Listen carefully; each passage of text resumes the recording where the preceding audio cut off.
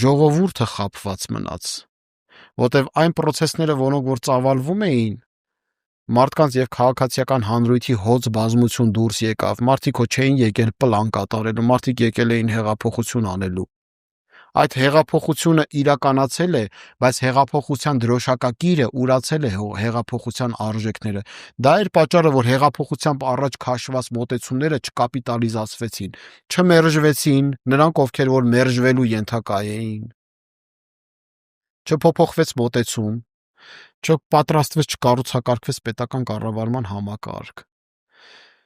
Հիմա այդ հարգելիները ոչ հաջողել են արդարության վերականգնման համատեքստում,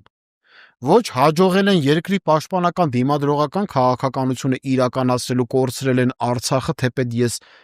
խիստ կասկածներ ունեմ, որ դեպքերի իրադարձությունների զարգացումը այսպիսին կլինեն, եթե պատշաճ կադրային կապիտալ լիներ համապատասխան վայրերում նշանակված։ Ձախողել են կադրային քաղաքականությունը, ձախողել են երկրի տնտեսության իմի բերելու եւ կայացման, ռազմաքաղաքական շրջադարձ անելու հանգամանքը, մինչեւ այսօր ՀԱՊԿ անդամ ենք,